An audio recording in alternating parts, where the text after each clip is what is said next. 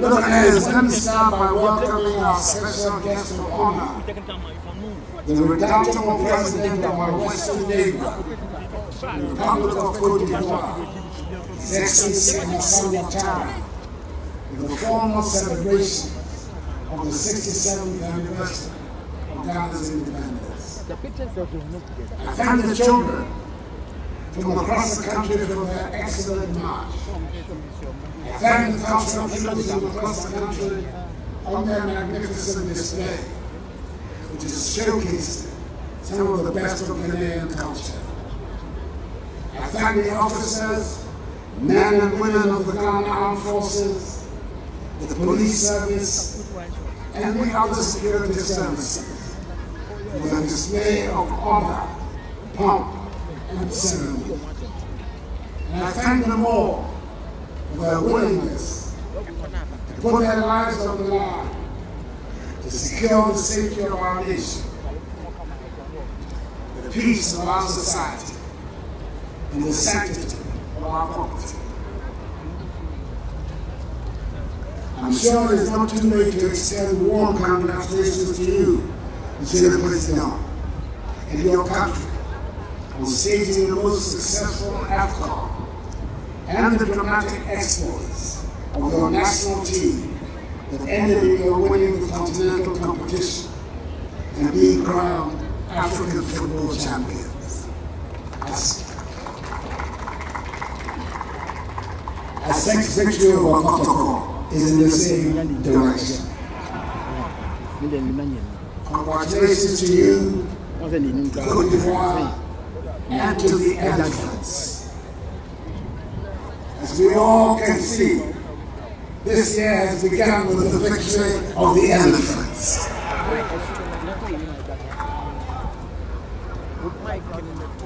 Over here in Ghana, this is a competition we much rather not remember or even talk about.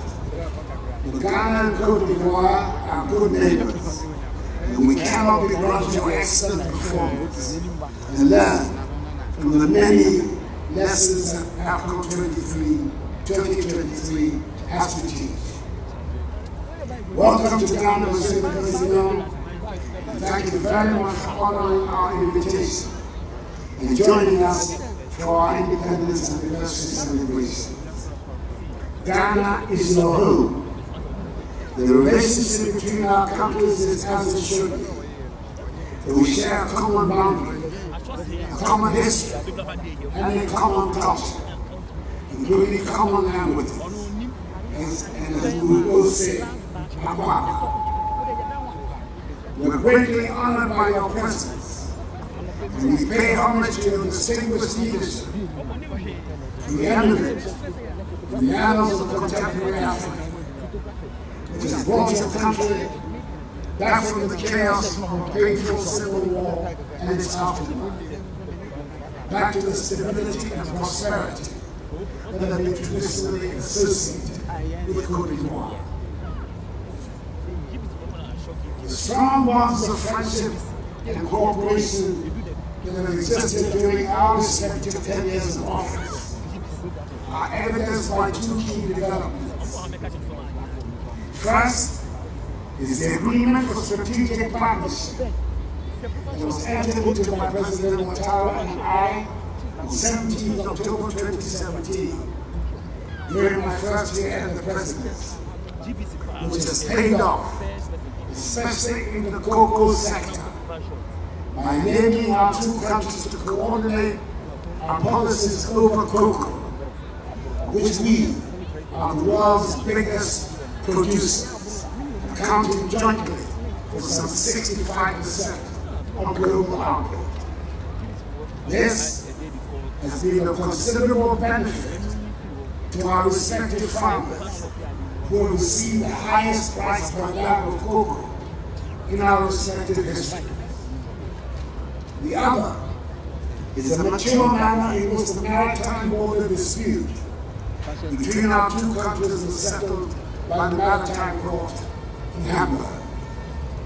The elevated stance of statesmanship shown by President Ouattara ensured that its result in Ghana's favor was peacefully accommodated by Côte d'Ivoire. Mr. President, we thank you very much. My dear compatriots, fellow Ghanaians, the theme chosen for this year's Independence Day celebration is our democracy, our pride. And I welcome all of you to Koforidua, the capital of the Eastern region, which is hosting the celebrations this year. The decision to rotate the scene of the national celebrations around the country, instead of staging them only in Accra, the nation's capital, has certainly turned out to be a welcome nation-building exercise that helps us to focus attention on a different region every year, and at the same time, rallies the nation together in that region. Our host this year, the Eastern region, was very much in the center of the independence struggle of our country. It is home to 3 members of the Big Six of the United Gold Coast Convention, UGCC of blessed memory. They are glorious founders of our nation, Joseph Wachida, Akufo Addo, and William Muriata. Their love of politics seems to have continued to succeed generations, with the son of one of them being the current president of our country. The other members of the Big Six were Emmanuel Bechebilante, Ebenezer Akwaje, and Kwame Nkrumah, who together with George Alfred Parker, Alice Blake, Kwame Kessie, Francis Aruna Williams, Ni Kwame Boy Kote, and others, were the successors of the early generation of nationalists, such as the members of the Aborigines Rights Protection Society. Their membership included Jacob Say, George Moore, Joseph Hasty Hayford, John Mensa Sama, W.E.G. Commercy, J.W. de Graaf Johnson, J.P. Brown, and others, who protected our lands from the grasp of the greedy imperialists, who initiated the first phase of our struggle for national independence. On such a day, we must also remember the contribution of Yas Antoa, Thomas Attenborough, James Kwesi Aggrey, Sergeant Adete, Corporal Atibu, Private Odate Nante, V.B. Anna, Jimmy Costas, Mabel Dow, Akwaso Johnson, David Asikinchan, Komla Adoni Bedema, Kojo Bosio, Kofi Bako, Krobo Eduse, Nancy Timo, Mumuni Bamunia, S.D. Domo, Kofi Abrefa Busia, Joe Apia, Victor Owusu, Ara Bonsa, Bafo Seakoto, Modesta Palu, S.G. Anto, Yakubu Tali, and Ephraim Amu, to the liberation of our country and to the birth of our democracy.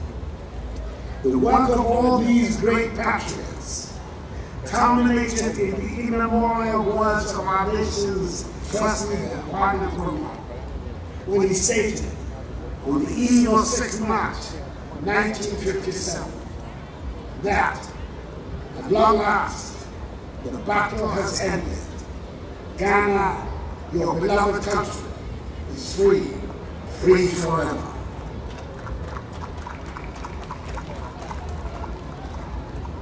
Today, the Eastern region is, of course, not the geographic east of Ghana, but it retains a nomenclature from the colonial days, when it was the eastern border of what was the Gold Coast colony. The region is the most heterogeneous in our country and a microcosm of Ghana, and home to the most diverse of peoples. Over the centuries, the region has attracted citizens from all parts of the country and beyond, who come to work and find a welcome and lasting home. The attraction is obviously the abundant mineral resources and the rich and fertile soil. It is, after all, only a few kilometers from here that the first cocoa farm in the country was planted in 1895. So 129 years ago. And from there, the planting of cocoa spread to other parts of the country and became our leading cash crop. Indeed, Tetekwashi, an indigene of Nkommo Wo Ho here in the eastern region, brought back in the late 19th century the cocoa pod from Fernando Po, now Bioko in Equatorial Guinea, an act which led him and others to establish our nation's first commercial cocoa farms here in the eastern region. It is noteworthy that the hills and mountains of the region and the relatively cooler weather made it attractive to the European colonialists and missionaries whose footprints remain around the region.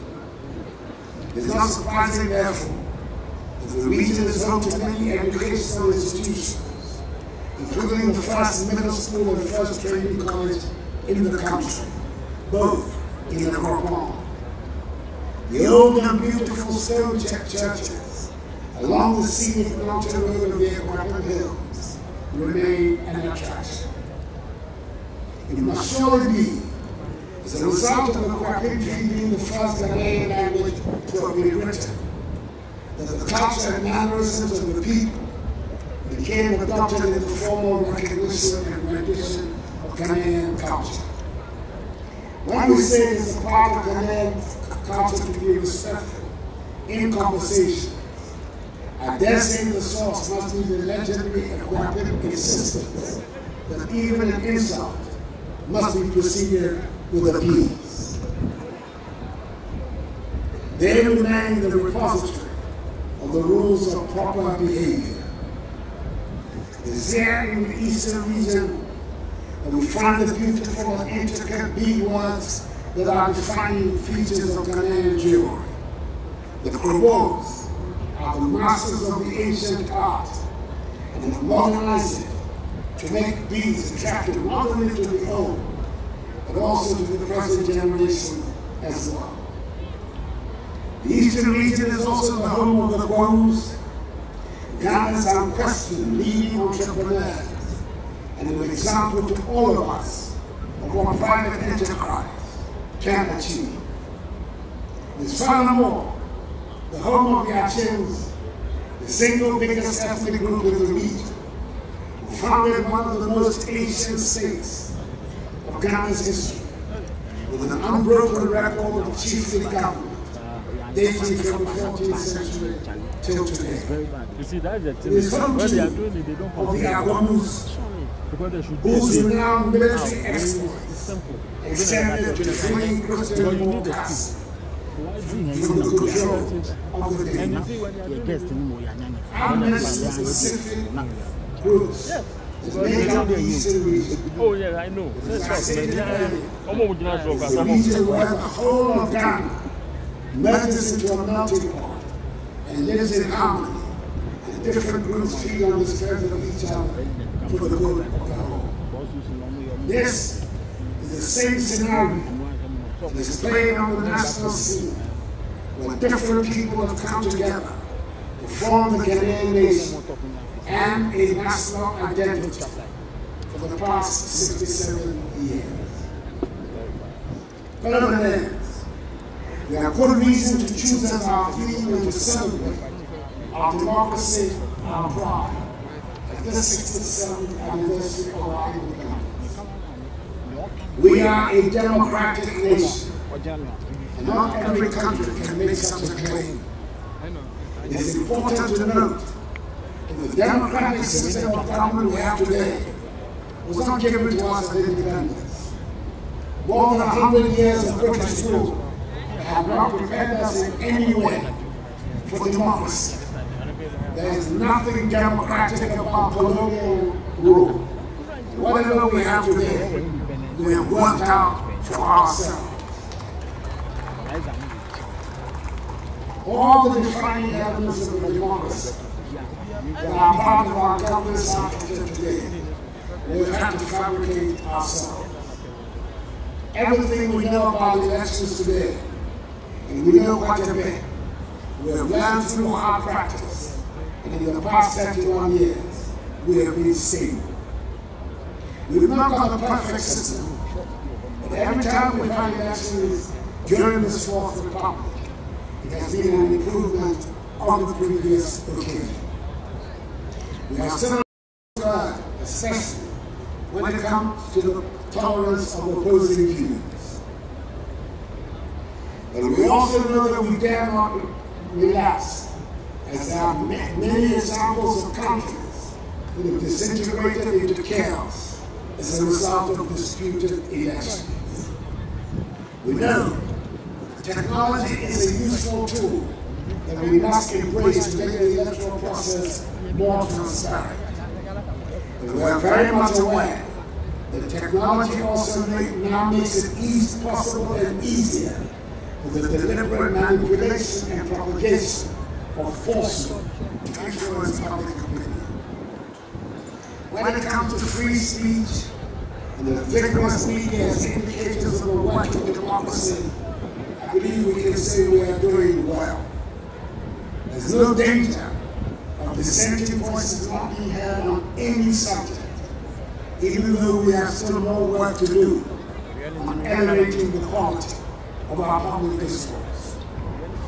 We take our disputes to the courts of adjudication and resolution. The judicial system operates within agreed and acceptable rules. When we look around our neighborhood, we might be tempted to think that our work is done. But we Ghanaians have never been known to settle for mediocrity. We aim for the best in every field. We should compare ourselves with the best that there is and not settle for anything less. For as long as there is poverty and injustice anywhere in Ghana, our work is not done. On a day like this, we should pay homage, of course, as I have done to our forebears and the elders who fought for independence, and went through the years to establish all that we have to be proud of today. But our attitude should always be that there are better days ahead, and work towards that, instead of yearning for some bygone good old days. The greatest challenge remains the provision of good quality education to all of Ghana's children and young people. We have a lot to be proud of, but we have more work to do. I'm happy that through the implementation of the free senior high school policy, we are removing financial barriers to education, unlocking the potential of thousands of young Ghanaians, and laying the foundation for a brighter future for our country. This year, we have seen the highest ever enrollment of first-year students into senior high school in our nation's history. That is a figure of 503,000 students, a clear indication of the widespread embrace of the free senior high school policy. We should be able to offer every Ghanaian child the best education they can be. And having completed high school, our children should be equipped with skills that make them prepared to face the modern world. Our schools must prepare our children to be comfortable with science and technology, engineering and mathematics, and ready to compete in the modern economy. Further than that, there's more to preparing a child to face the world than what can be taught in the classroom. And there's certainly more to molding a Ghanaian child than what our hard-working teachers do every day. Too many parents have relinquished the entire responsibility of bringing our children to what happens in schools. I do not refer only to our music, dance, food, language, and fashion that form the basis of our cultural identity, I refer to the values that set us apart as Ghanaians. If we are to take great pride in being Ghanaian, there should be a consensus on the values we hold dear, and we should transmit them to every generation. Fellow Ghanaians, I know that we have gone through difficult economic circumstances, but it is clear that we have overcome the worst, and we are looking forward to better times. I wish to make reference in particular to two projects coming on stream that should make a great difference in the economic fortunes of our country. I refer to the successful selection of strategic partners that will work with the Ghana Integrated Aluminum Development Corporation, GhanaWeb, to build a new aluminum refinery and develop mines at Nyirihini and Pasaso as 3 or 4 projects being executed under the Integrated Aluminum Industry IAI projects. I witnessed the signing of 2 agreements in Accra recently. Firstly, between GhanaWeb, a wholly owned public entity, and Rockshore International, a wholly owned Ghanaian private company. Selected after a rigorous process as a strategic partner to develop a mine in Nyirihini, Pasaso. And secondly, between GhanaWeb and Mediterraneous SA, a leading global industrial and energy company, which entails the development of a second mine at Nyirihini, Pasaso, and the establishment of an aluminum refinery.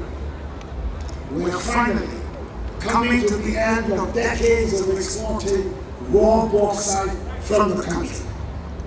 We shall now refine bauxite mined in Ghana to produce alumina that will feed the Falco smelter and the downstream aluminum industry, which is going to have a dramatic impact on Ghanaian industrialization, where we produce parts for motor vehicles, aircrafts, roofing sheets, and household utensils.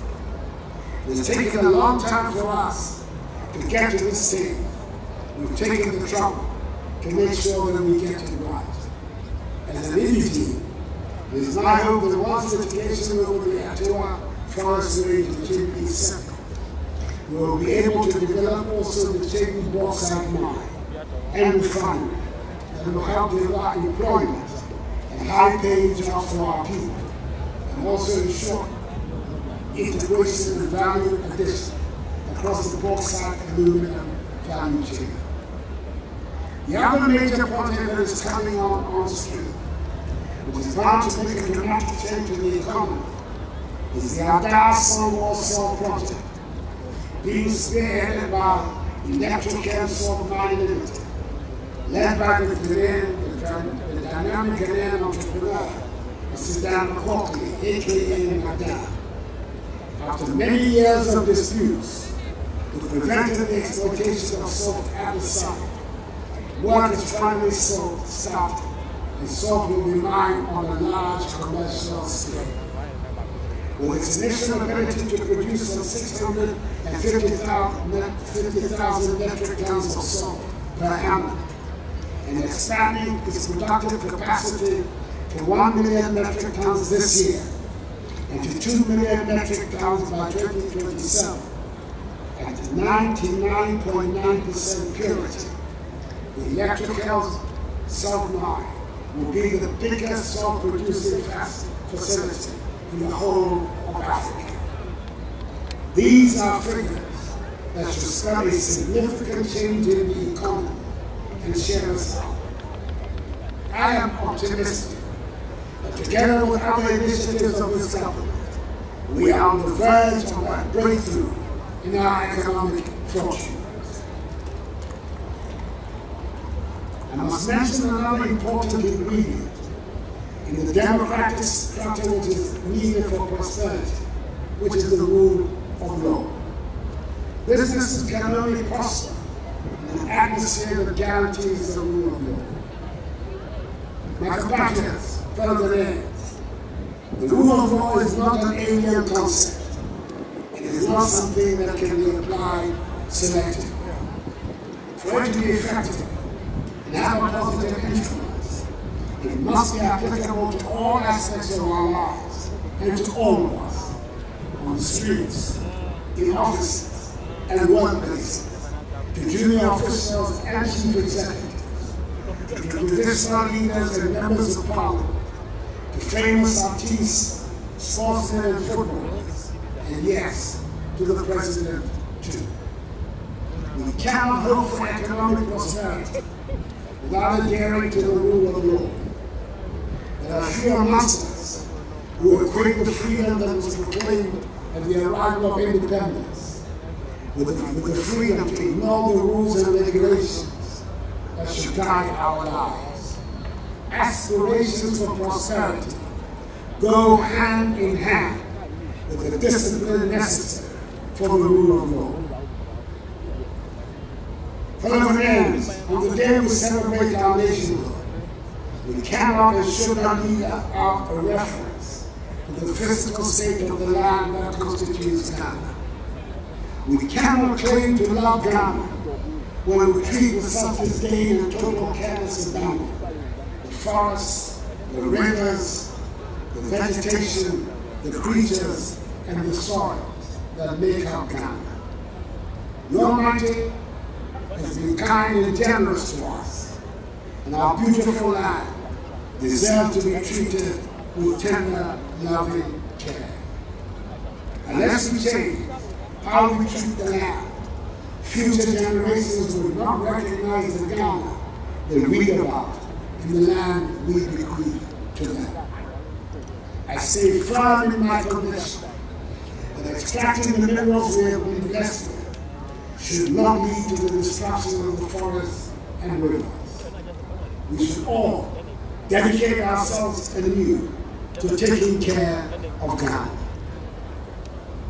I must at this stage reaffirm government's continued commitment to providing the support for victims of the recent extensive flooding in downstream communities in the Greater Accra, Eastern and Delta region, caused by the spillage of the Akufo Addo Dam last year, and necessary action which was taken to maintain the dam's structural integrity.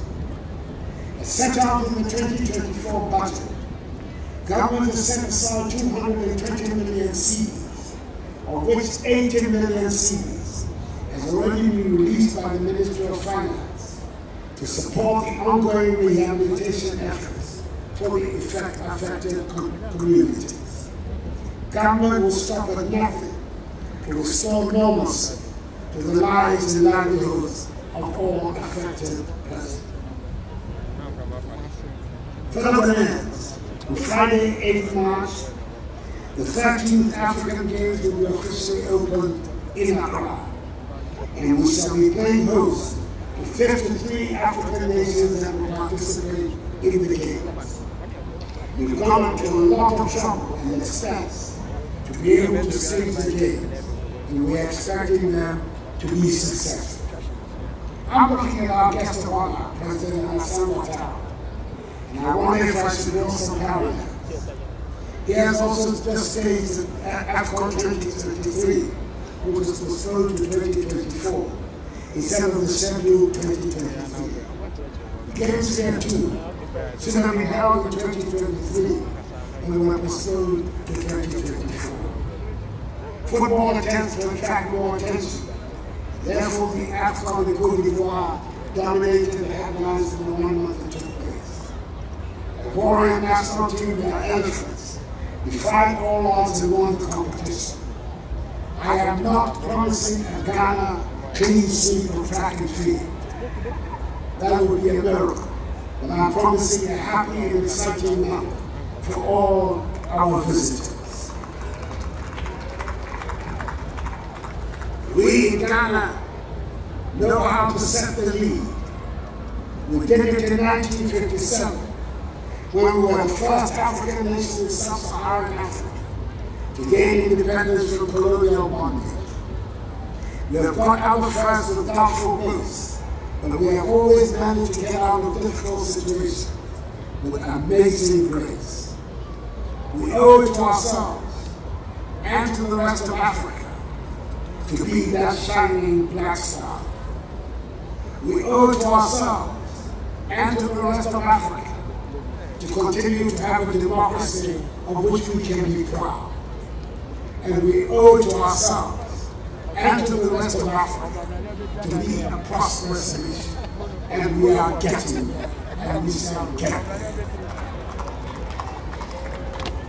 Happy 67th Day Independence Day celebration to all of us. And may God bless all of us in our homeland Ghana and make us great and strong.